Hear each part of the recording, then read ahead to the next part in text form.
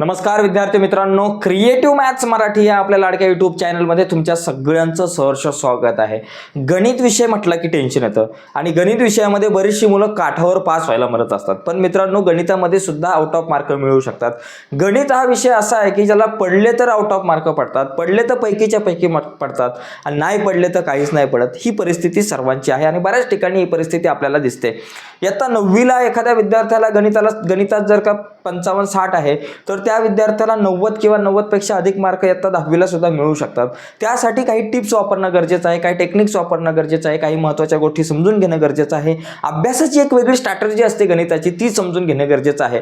तर काही महत्त्वाच्या टिप्स आहेत गणिता विषयामध्ये जास्तीत जास्त मार्क आपण कसे मिळवू शकतो त्यावर आजच्या व्हिडिओमध्ये आपण चर्चा करणार आहोत. तर जाऊयात पुढे जाण्याच्या अगोदर एक रिक्वेस्ट आहे, नवीन असाल आपल्या यूट्यूब चॅनलवर तुम्ही आणि अजूनपर्यंत आपला चॅनल सबस्क्राईब नसेल केला तर आत्ताच चॅनल सबस्क्राईब करा आणि नुसताच चॅनल सबस्क्राईब नका करू, त्याच्या बाजूला एक बेलचं बटन आहे ते सुद्धा दाबा, जेणेकरून मी अपलोड केलेल्या प्रत्येक नवीन व्हिडिओची नोटिफिकेशन तुमच्यापर्यंत पोहोचेल. तर चला जाऊयात पुढं. आणि एक आपला व्हॉट्सअपचा ग्रुप आहे मित्रांनो, व्हॉट्सअपच्या ग्रुपची लिंक व्हिडिओच्या खाली डिस्क्रिप्शनमध्ये आहे. त्या लिंकवर क्लिक करून व्हॉट्सअपचा ग्रुप जॉईन करा. त्यावर खूप साऱ्या गणिताच्या व्हिडिओ आपण अपडेट करत असतो, खूप साऱ्या अपडेट्स त्यावरती आपण देत असतो. बघा मित्रांनो, आता आपण प्रत्यक्षात बघूयात गणिताची काय अवस्था आहे आपली इयत्ता 10वीची. सगळ्यात पहिली गोष्ट, इयत्ता 10वीचा गणिताचा पेपर किती गुणांचा असतो? टोटल एकूण मार्क आपल्याकडे 100 गुणांचे असतात. आपण इयत्ता 10वीचा विचार करतोय, 100 गुण. तुमचा जो काही निकाल आहे, रिझल्ट आहे, त्या रिझल्टमध्ये इयत्ता 10वीला मार्क किती पडले? 100 पैकी 80 पडले, 100 पैकी 85 पडले, 100 पैकी 99 पडले, 100 पैकी 35 पडले. अशा प्रकारे 100 पैकीच मार्क येतात. आता हे 100 पैकी जे मार्क येतात त्या मार्कांमध्ये दोन विभाग असतात, दोन भाग असतात. कारण दोन प्रकारच्या परीक्षा होतात आपल्या. एक परीक्षा होते लेखी परीक्षा आणि दुसरी जी परीक्षा आहे ती आपली होते तोंडी परीक्षा, किंवा त्याला आपण अंतर्गत मूल्यमापन म्हणू. अंतर्गत मूल्यमापन, ओके, मूल्यमापन, अंतर्गत मूल्यमापन. तर ह्या दोन गोष्टींच्या अनुषंगाने आता लेखी परीक्षा जी आहे ती असते 80 गुणांची. ओके, लेखी परीक्षा आपल्याकडे आहे 80 गुण आणि जे अंतर्गत मूल्यमापन आहे ती आहे आपल्याकडे 20 गुण. ठीक आहे. आता ह्या 80 गुणाचं विभाजन कसं होतं, 20 गुणांचं विभाजन कसं होतं हे आपल्याला माहिती आहे. आपण 80 मार्कांचा जर विचार केला तर गणित 1 40 मार्क, गणित 1 आणि गणित 2. ओके, अशा प्रकारे तुम्हाला माहिती आहे गणित 1 आणि गणित 2. गणित 1 40 गुण आणि गणित 2 40 गुण. ठीक आहे, झालं. त्याच्यानंतर इथं अंतर्गत मूल्यमापनाचा विचार केला तर याच्यामध्ये दोन गोष्टी आहेत. एक आहे गृहपाठ, बरं का, दोन गोष्टी. एक आहे गृहपाठ आणि दुसरा भाग आपल्याकडे असतो MCQ टेस्ट. शाळेमध्ये तुमची एक परीक्षा घेतली जाते आणि याच्यामध्ये सुद्धा दोन गोष्टी आहेत, गणित भाग 1 आणि गणित भाग 2. ओके, याच्यामध्ये गणित भाग 1 असतो, गणित भाग 2 असतो. ओके, भाग 1 आणि भाग 2. भाग 1 5 गुण आणि भाग 2 5 गुण. 5 आणि 5 10 गुण झाले. कारण गृहपाठाचे 10 मार्क, ती शाळेमध्ये एक परीक्षा घेतली जाते तिचे 10 मार्क. आणि इथं MCQ मध्ये सुद्धा गणित भाग 1ला 5 मार्क, गणित भाग 2ला 5 मार्क. तर तुम्हाला जर का गणितात 100 पैकी 100 मार्क मिळवायचे किंवा 90 पेक्षा जास्त, 95 पेक्षा जास्त मार्क मिळवायचे, तर या दोन्ही गोष्टी खूप महत्त्वाच्या आहेत. तुम्हाला हे 20 मार्क मिळालेच पाहिजे. इथं 80 पैकी 80 मिळाले, तिथं 20 पैकी 10च मिळालेत. काय फायदा आहे का? नाही फायदा. त्यामुळे ह्या दोन्ही गोष्टी खूप महत्त्वाच्या आहेत. म्हणजे अंतर्गत मूल्यमापनामध्ये पण तुम्हाला 20 पैकी 20 मिळाले पाहिजेत आणि या परीक्षांमध्ये सुद्धा 80 पैकी जास्तीत जास्त मार्क. माझं असं सांगणं आहे की इथं तुम्हाला कुठल्याही परिस्थितीत 20 पैकी 20 गुण मिळालेच पाहिजे. कारण बऱ्याच मुलांना असं होतं की 17, 18, 16, 18, 19 मार्क मिळतात, पण इथं 20 पैकी 20 मार्क मिळाले पाहिजे. कारण एक एक मार्क आपल्यासाठी महत्त्वाचा आहे. Every mark is very important. प्रत्येक मार्क महत्त्वाचा आहे. कारण एक एक मार्क मिळूनच तुमचे 40 मार्क होतात, एक एक मार्क मिळूनच 100 मार्क होतात. थेंबे थेंबे तळे साचे. डायरेक्ट अचानक तळं नाही साचलं जात, तळं नाही भरलं जात. तर एक एक थेंब पावसाचा ज्यावेळेस पडतो त्यावेळेस तळं साचतं. पावसाच्या प्रत्येक थेंबाने जर ठरवलं की बाबा मला या तळ्यात पडायचं नाही तर ते तळं भरणार नाही. त्यामुळे लक्षात घ्या, थेंबे थेंबे तळे साचे. तसंच एक एक मार्क करूनच तुमचे 100 मार्क पूर्ण होतात. 95 मार्क तुम्हाला मिळतात ते एक एक मार्क करूनच.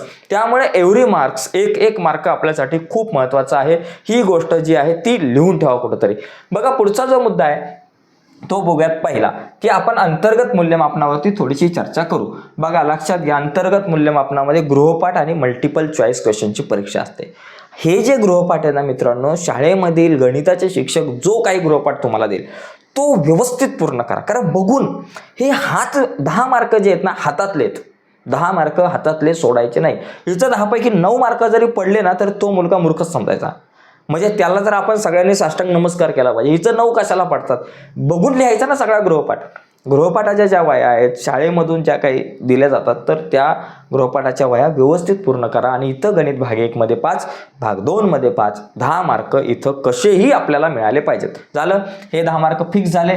त्यानंतर शाळेमध्ये एक परीक्षा घेतली जाईल तुमची बोर्डाच्या जानेवारीमध्ये किंवा जानेवारीच्या एंडिंगला वगैरे परीक्षा घेतली जाईल.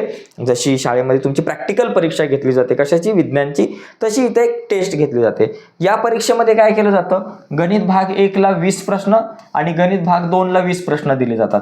हे 20 प्रश्न कसे माहिती आहे का, मल्टिपल चॉईस असतात. एक प्रश्न 4 ऑप्शन. म्हणजे गणित भाग 1च्या बोर्डाच्या पेपरमध्ये प्रश्न क्रमांक पहिल्यातला 1 असा असतो, एक प्रश्न 4 ऑप्शन, तसा पेपर तुम्हाला तुमचा घेतला जातो. आणि तिथे सुद्धा तुम्हाला चांगले मार्क मिळू शकतात कारण तिथे ऑप्शन्स असतात. याच्यामध्ये जर का एखाद्या विद्यार्थ्याला 20 पैकी 20 पडले तर त्या विद्यार्थ्याला मग 5 पैकी 5 दिले जातात. म्हणजे 20चे मार्क 5 मध्ये कन्वर्ट केलं जातं. एखाद्याला 20 पैकी 10 पडले तर मग 5 पैकी 2.5च झाले. ओके, तसंच त्याचा इथे सुद्धा 20 पैकी किती पडले त्या अनुषंगाने मग तुम्हाला ते मार्क दिले जातात. त्यामुळे इथे सुद्धा लक्षात घ्या की आपल्याला 10 पैकी 10 पडले पाहिजेत. म्हणजे अंतर्गत मूल्यमापनाचे मार्क आपल्यासाठी खूप महत्त्वाचे आहेत. आता आपण प्रत्यक्षामध्ये बोर्डाचे पेपर जे असतात, आता पेपरकडे आपण जाऊयात. गणित भाग 1 आणि 2चे जे काही 40 मार्क आहेत, गणित भाग 1चा 40 मार्कांचा प्रश्न, गणित भाग 2चा 40 मार्काचा पेपर, इथे कसे आपल्याला जास्तीत जास्त मार्क मिळू शकतात आणि या प्रश्नांची नेमकी आपण कशी तयारी करायची त्यावरती आपण थोडीशी चर्चा करूयात. बघा मित्रांनो, गणितात जर का जास्त मार्क मिळवायचे गणित किंवा भूमितीमध्ये, सगळ्यात पहिली गोष्ट प्रत्येक प्रकरणाच्या महत्त्वाच्या संकल्पना आणि सूत्र तुम्हाला व्यवस्थित माहिती पाहिजेत. बघा समजा पहिलं प्रकरण आहे गणित भाग 2चं, समजा पहिलं प्रकरण आहे समरूपता. तर सगळ्यात पहिली गोष्ट तुम्हाला ही समजून घेतली पाहिजे की या प्रकरणामध्ये सगळे महत्त्वाचे गुणधर्म कुठले, महत्त्वाची सूत्र कुठली. म्हणजे गुणधर्म म्हणजे कसं, प्रमाणाच्या मूलभूत प्रमेयाची जी काही आकृती आहे त्या आकृतीवरून कसं सूत्र तयार होतं. उदाहरणार्थ जर प्रमाणाच्या मूलभूत प्रमेयाची जर आकृती असेल ABC, इथं असेल P, इथं असेल Q, तर इथं सूत्र कसं तयार होतं, AP/PB बरोबर AQ/QC. हे झालं भूमितीतलं तुमचं सूत्र. म्हणजे AP/PB AQ/QC हे आकृतीवरून हे सूत्र तयार होतात. तर मी काय शिकवत नाही, तुम्हाला जस्ट सांगतोय. तर ही सूत्र कशी तयार होतात, हे गुणधर्म काय, संपूर्ण एकूण एक गुणधर्म तुमचा पाठ पाहिजे. प्रत्येक गुणधर्म समजून घेतला पाहिजे. तर आता समजून घ्या की समजा कोणी नाही अजूनपर्यंत सूत्रांचा गुणधर्मांचा अभ्यास केला तर एक छोटीशी वही करा. त्या वहीमध्ये प्रत्येक प्रकरण वाईज महत्त्वाची सूत्र आणि महत्त्वाचे गुणधर्म काय, त्या प्रकरणामध्ये महत्त्वाच्या संकल्पना काय त्या लिहून घ्या, त्या समजून घ्या. कारण गुणधर्म सूत्र संकल्पना जर नाही समजल्या तर तुम्हाला प्रश्नांची उत्तर येणार नाही. आपले कलाकार वेगळे असतात, आपले कार्यकर्तेच खतरनाक असतात. गणिताचे विद्यार्थी डायरेक्ट सराव संच सोडवायला घेतात, डायरेक्ट संकीर्ण संच सोडवायला घेतात आणि मला म्हणतात की सर आम्हाला जमत नाहीये. बरं ना, आम्हाला ते सोडवायला जमत नाही. कसं जमणार, कारण आपल्याला गुणधर्मच माहिती नाहीये, आपल्याला सूत्रच माहिती नाहीये. माहिती आहे ना, गणिताच्या जंगलातून जाताना ग बाई घेतली मी हातामध्ये सूत्रांची शिदोरी. गणिताच्या जंगलातून जायचं असेल तर सूत्राची बॅटरी तुमच्या हातामध्ये पाहिजेच. त्यामुळे फॉर्म्युले खूप महत्त्वाचे आहेत. सूत्र संकल्पना आपल्याला समजून घेता आल्या पाहिजे. प्रत्येक प्रकरणामध्ये कुठली सूत्र आहेत, कुठल्या महत्त्वाच्या संकल्पना आहेत त्या अगोदर लिहून घ्या, त्या समजून घ्या. त्याच्यानंतर गणितात सोडवलेली गणितं जी आहे ती दुर्लक्षितच झालेली आहेत. त्यांच्याकडे आपण दुर्लक्षच करतो, समजूनच घेत नाही. सोडवलेली जी काही गणितं असतात ती सोडवलेली गणितं समजून घ्या. ती गणितं कशा प्रकारची आलेली आहेत, कारण बऱ्याचदा सोडवलेल्या गणितांमधले प्रश्न 4 मार्काला सुद्धा येतात. त्यामुळं गणितामध्ये जी काही सोडवलेली गणितं आहेत ती सोडवलेली गणितं सुद्धा आपण नीट समजून घेतली पाहिजे. त्या सोडवलेल्या गणितांचा सुद्धा आपण चांगला अभ्यास केला पाहिजे. मित्रांनो लक्षात घ्या, ही सोडवलेली गणितं सुद्धा आपल्याला समजून घेतली पाहिजेत. ओके, सोडवलेली गणितं झाल्यानंतर मग सराव संचातली गणितं आपण सोडवली पाहिजे. आणि सराव संचातली गणितं सोडवली की त्याच्यानंतर संकीर्ण प्रश्न संग्रह जे आहे तो आपण सोडवला पाहिजे. त्यातली गणितं समजून घेतली पाहिजे. तर या टप्प्याने आपल्याला अभ्यास करता आला पाहिजे गणिताचा. आपण डायरेक्ट ह्या दोन गोष्टीच बघतो, डायरेक्ट इकडे जातो, या दोघांकडे बघतच नाही, त्याच्यामुळे गणितं आपल्याला जमत नाही. सोडवलेली गणितं बघा, काय काय सोडवलेली, कारण सोडवलेली गणितं असतात आणि त्याच प्रकारची गणितं सराव संचामध्ये असतात, त्याच प्रकारची गणितं संकीर्ण प्रश्न संग्रहामध्ये असतात. थोडासा वेगळा जरी आला तरी ह्या संकल्पनांवरच आधारित असतात प्रत्येक गणित. ते गणितं ती समजून घ्या. आणि हे सगळं झालं ना, त्याच्यानंतर प्रश्नपत्रिकाचा सराव.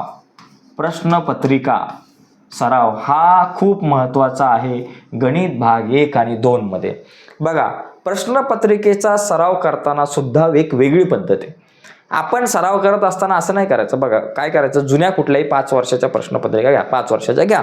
आता बघा, आणि त्याच्यात काय करायचं, काही काही मुलं काय करतात की पहिली सगळीच करतात असं, पहिली एक प्रश्नपत्रिका घेतो, अख्खी सोडवतो, बाजूला ठेवतो. मग दुसरी घेतो, अख्खी सोडवतो, बाजूला ठेवतो.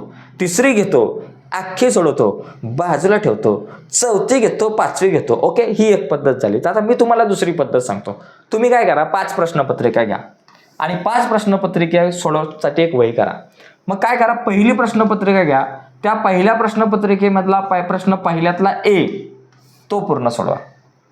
पहिल्यातला ए, समजा गणित भाग 1चा पहिल्यातला ए प्रश्न काय असतो, बहुपर्यायी.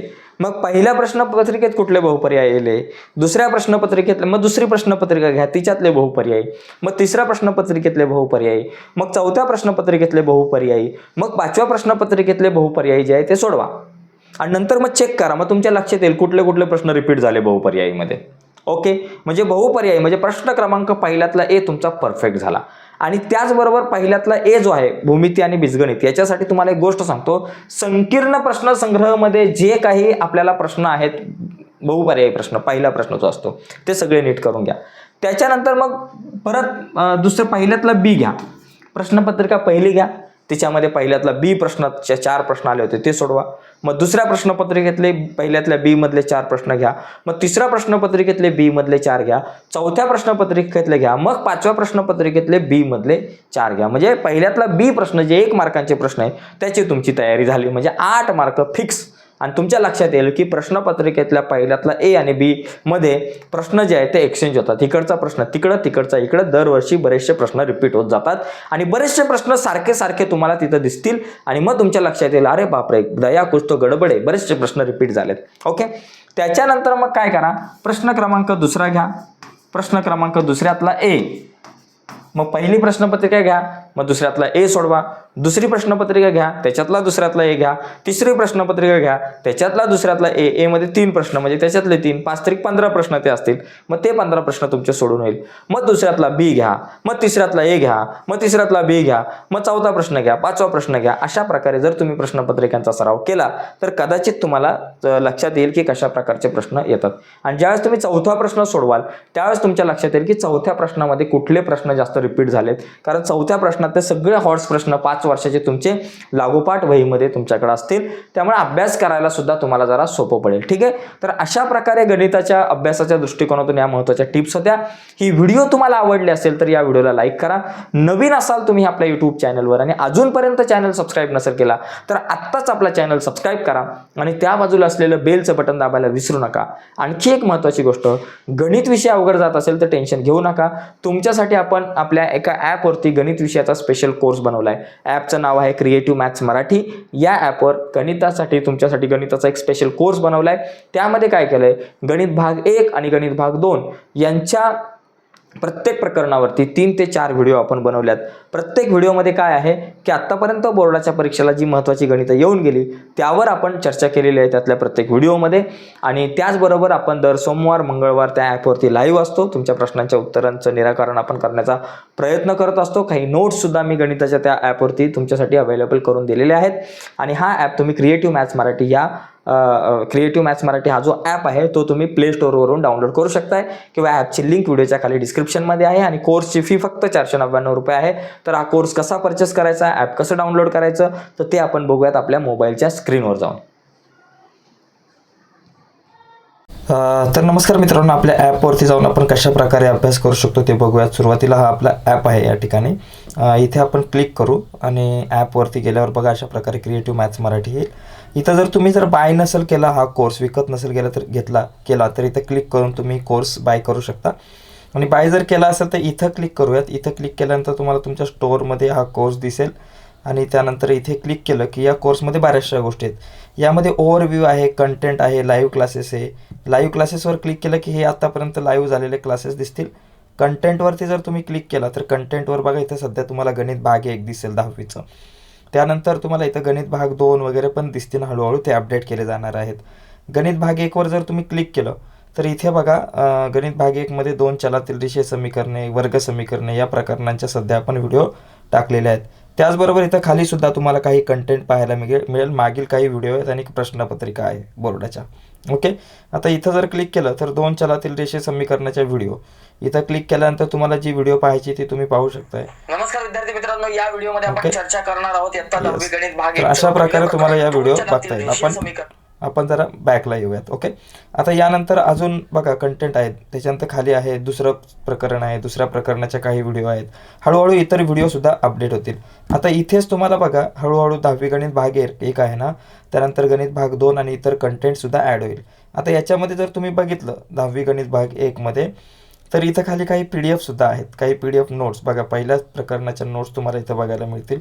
तर नोट्ससुद्धा PDF अवेलेबल केलेले आहेत तुमच्यासाठी. ओके, त्याचबरोबर आणखी महत्त्वाची गोष्ट म्हणजे याच्यावरती तुम्हाला साधारणतः एकच मिनटं आपण थोडंसं बॅकला येऊयात. याच्यावर तुम्हाला काही फ्री मटेरियलसुद्धा आहे. फ्री कंटेंट कुठं आहे तो पण दाखवतो तुम्हाला. ज्यांनी कोर्स बाय नाही केला त्यांच्यासाठी फ्री कंटेंट बघा. इथं 3 लाईन आहेत ना, 3 लाईन इथं त्यावरती 3 डॉटवरती आपण क्लिक करू आणि इथं फ्री मटेरियल आहे. या फ्री मटेरियलवर क्लिक केलं की तुम्हाला फ्री मटेरियल बघायला मिळेल.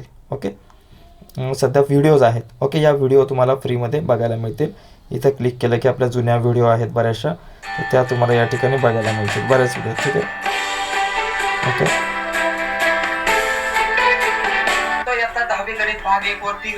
ओके, तर अशा प्रकारे तुम्ही आपल्या ॲपवरती अभ्यास करू शकता, ॲपवरती जाऊन. ठीक आहे, काही कंटेंट फ्रीसुद्धा आहे आणि काही कंटेंट पेडसुद्धा आहे. तर बराच कंटेंट आहे तुमच्यासाठी, तर तुम्ही ॲपवरती जाऊन अभ्यासू शकता. आणि जर कोर्स अजून तुम्ही बाय नसेल केला तर इथं बाय बटनावर क्लिक करा. या बाय बटनावर जर तुम्ही क्लिक केल्यानंतर तुम्हाला तो कोर्स जो आहे तो परचेस करता येऊ शकतो. ओके, तर तो कोर्स परचेस करा. ॲक्च्युली इथं क्लिक केलं की इथं आय एम इंटरेस्टेड शब्द येतो. आता नाही येणार कारण आता ऑलरेडी यामध्ये परचेस केलेला आहे.